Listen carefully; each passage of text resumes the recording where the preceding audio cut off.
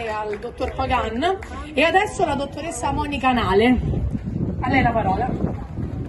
Buongiorno a tutti, io sono Monica, sono il coordinatore del Veneto, sono prima di tutto un dottore commercialista, però sapete una cosa?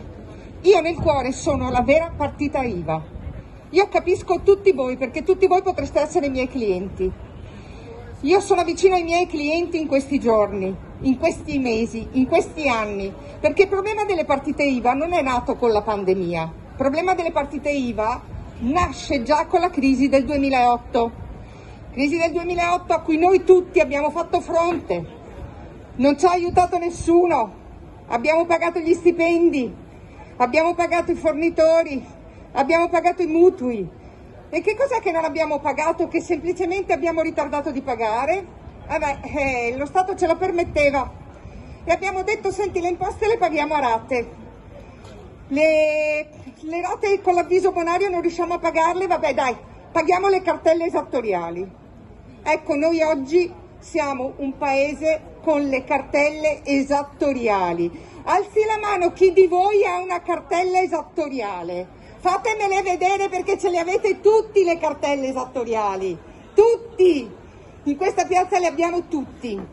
Ed è questo uno dei grandi problemi, signori, perché con il decreto rilancio, il decreto Cura Italia, il decreto ristori, adesso il decreto sostegno, ci spostano ancora un mese o due, non paghiamo, pagheremo. Ma dove? Signori, noi i soldi non li abbiamo.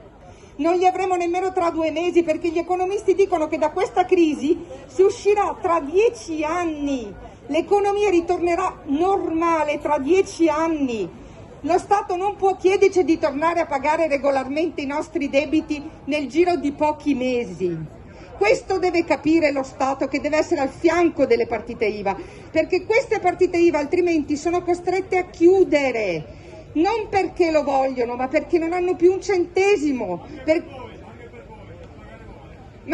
Io mi pago da sola, Io mi pago da sola perché io sono una partita IVA. Va bene, io per il momento ci sto. Allora vi dico, tutti insieme dobbiamo chiedere a gran voce che queste cartelle esattoriali che sono sospese vengano, lo dico, condonate. Non dobbiamo avere paura di chiedere il condono, non è un condono agli evasori, è un condono di persone che hanno debiti dichiarati regolarmente allo Stato ma che non sono più in grado di sostenere, perché le partite IVA non hanno 13ª, 14ª, non hanno ammortizzatori sociali, non hanno nulla. Per cui non stiamo chiedendo allo Stato di farci una regalia, ma semplicemente diciamo allo Stato: guardate che queste partite IVA domani diventano redditi di cittadinanza, perché chiudiamo tutti. Detto questo, per cui Grazie mille non dottoressa. Grazie a voi. E adesso per